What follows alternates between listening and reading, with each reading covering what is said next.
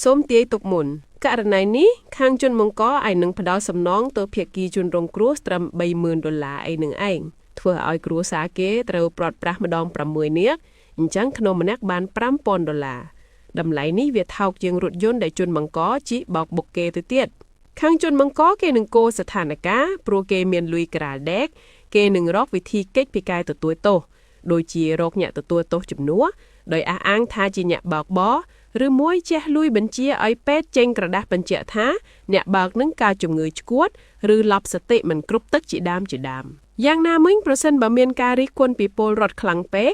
នោះខាងជនបង្កនឹងចេះលួយរត់ការទិញយុទ្ធធរដោយសោកប៉ាន់តុលាការនឹងជួនមេធាវីដែលពូកែដោះសារមកសម្រួលទោសឲ្យនៅតិចបំផុតបើសរុបមកតម្លៃជួលទាំងអស់នឹងវាច្រើនជាងសំណងផ្ដល់ឲ្យភាគីរងគ្រោះទៅទៀតជំហានបន្ទាប់គេនឹងជួលមនុស្សឲ្យជាប់គុកជំនួស2-3ខែហើយគេនឹងបុកលុយនៅក្រៅឃុំតែម្ដងហើយនៅពេលដោះស្រាយរឿងក្តីបានចប់សពគ្រប់ជនបង្កនឹងធ្វើពិធីជប់លៀងហើយអ្នកធំនឹងពួកចៅក្រមតុលាការមកផឹកស៊ីទុកជាការអរគុណគិតទៅស្រុកខ្មែរលយអញ្ចឹងមានលុយអាចបើកឡានបុកគេទុកជាការកំសាន្តបានហេតុអ្វីបានជាខ្ញុំទាយបែបនេះព្រោះអារឿងនឹងវាកាត់ឡើងដដែលពេកមិនខុសពីលេងអាប៉ោងបើកគម្របទេដោយជាករណីលោកស្រីយិនម៉ាណានេះអញ្ចឹងបុកគេរួចឪពុកគាត់ដែលមានតួនាទីជាក្រុមប្រឹក្សាខេត្តជាសេដ្ឋីម្ចាស់សន្តាគារនិងជាដន្លងអ្នកធំគឺលោកញឹមវណ្ដា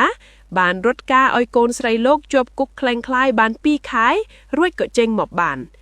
ក្រៅពីនេះនៅមានករណីជាច្រើនទៀតសុទ្ធតែប្រើវិធីនេះដោះស្រាយទាំងអស់ប្រជាជនកម្ពុជាមិនសូវចេះអធិស្ឋានអ្នកខ្លះមានឡានតែចេះរត់វាចង្រៃអ្នកខ្លះបើកបរទាំងដែលដឹងផ្លូវចង្អៀតវាខំប្រឹងជន់លបឿនអកតេដល់ចៅមកស្រៀតដូចជាទីប្រជុំជនពោពេញទៅដោយមនុស្សគេខំប្រឹងជន់លបឿនប្រហែលប្រញាប់ទៅក៏មកឈូ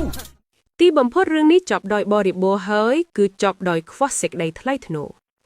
គ្រួសារជនរងគ្រោះយល់ព្រមលក់យុត្តិធម៌ជាមួយនឹងលុយ$1មួយដុំជាថ្នូរនឹងការដកពាក្យបណ្ដឹងជនបង្កហេតុក៏បានរួចខ្លួនដោយសារចេះលុយទិញទឹកចិត្តគ្រួសារជនរងគ្រោះនិងសោកប៉ាន់តុលាការ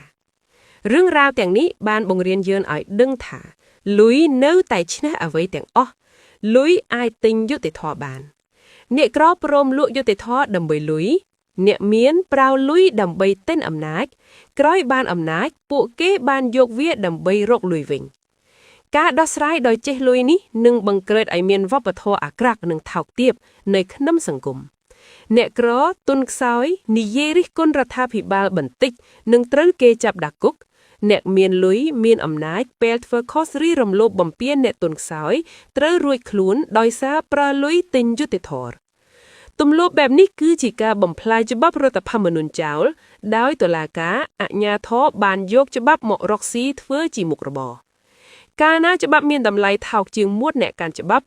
នោះអយុត្តិធម៌សង្គមនឹងកើនឡើងបណ្ដាលឲ្យនីតិរដ្ឋទ្រឺដួលរលំ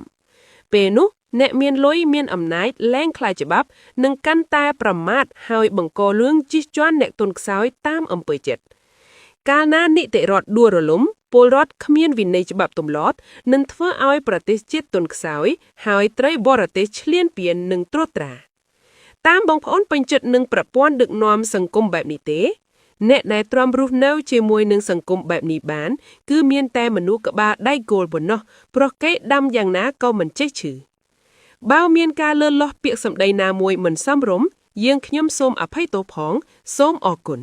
សម័យតេជោឥឡូវគឺឃើញគេប្រើពាក្យឯងតេជោធ្វើប្តី